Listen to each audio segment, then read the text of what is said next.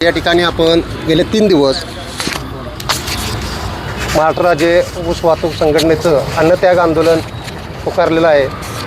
त्या आंदोलनाला आज 3रा दिवस। साखर कारखानदारीतला महत्त्वाचा घटक म्हणजे ऊस वाहतूकदार, कारखान्याचा आर्थिक कणा। कारण ऊस वाहतूकदारांनी ज्यावेळी ऊस पुरवल त्याचवेळी हे कारखाने चालतात आणि हे महत्त्वाचा घटक असून देखील आजपर्यंत त्यांना टोळ्यांच्याकडून, मुकादमांच्याकडून अगदी कोट्यवधी रुपयाची पारंपरिक फसवणुकी व्हायला लागलेली आहे आणि त्या मुकादमांना आजपर्यंत कुठेही कायद्याच्या चाकोऱ्यात त्यांना घेतलं जात नाही।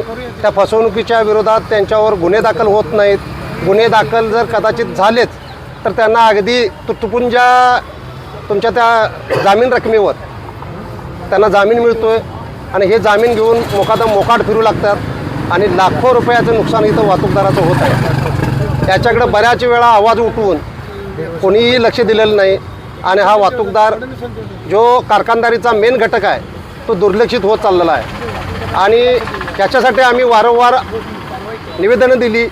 निवेदनांचा कोणी दखल घेतली नसल्यामुळे आज 3 दिवस झाले या ठिकाणी आम्ही उपोषण सुरू केलेलं आहे आणि या उपोषणातून आम्ही शासन आणि थोडं आम्ही कारखानदारांना बी याच्यामध्ये सामील व्हावं या आमच्या जी फसवणुकीमध्ये आणि आम्हाला त्या मुकादमांच्या फसवणुकीमध्ये प्रोटेक्शन मिळावं ही आमची प्रमुख मागणी त्याच्याबरोबर आहेच।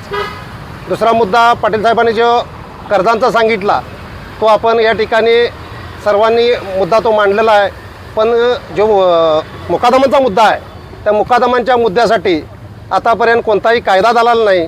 त्यांना कठोर कारवाई त्यांच्यावर व्हावी असा एक कायदा व्हायला पाहिजेत आणि तो कायदा जोपर्यंत होत नाही तोपर्यंत वाहतूकदार हा फसवणुकीपासून थांबणार नाही। तो देशोधडीला लागत चाललेला आहे आणि त्याची जर फसवणूक थांबवायची झाली तर त्यामध्ये शासनाने लक्ष घालून एक कठोर कायदा त्यांच्या बाबतीत करावा आणि हा कायदा जर नाही झाला तर वाहतूकदार टिकणार नाही। हा धंदासुद्धा काही कालानंतर विस्कळीत होण्याची शक्यता दाट आहे। अगदी 4-2 वर्षामध्ये हा धंद्यातील विस्कळीतपणा आपल्याला जाणवू लागेल। कारण मुकादम आज कुणावरच कारवाई होत नसल्यामुळे एकावर कारवाई नाही झाली तर दुसरा मुकादम त्याच्यापेक्षा उचल जादा घेऊन तो फसवणुकीचा धंदा फार मोठा त्यांनी स्वीकारलेला आहे आणि मुळात फसवणूक करायच्या उद्देशाने आज मुकादम हे पैसे घेत आहेत आणि ह्या याच्यात जर शासनाने जर योग्य ती त्यांच्यावर कारवाई नाही केली तर येणाऱ्या नजीकच्या काळामध्ये ऊस वाहतुकीचा धंदा अडचणीत येतो आहे आणि आम्ही देखील ऊस वाहतूकदार येत्या नजीकच्या हंगामाच्या पूर्वी जर आम्हाला याच्यात नाही मिळाला तर आम्ही याच्यापेक्षा तीव्र आंदोलन करून ऊस वाहतूक आम्ही पूर्णपणे बंद करण्याचा निर्णय घेणार आहोत।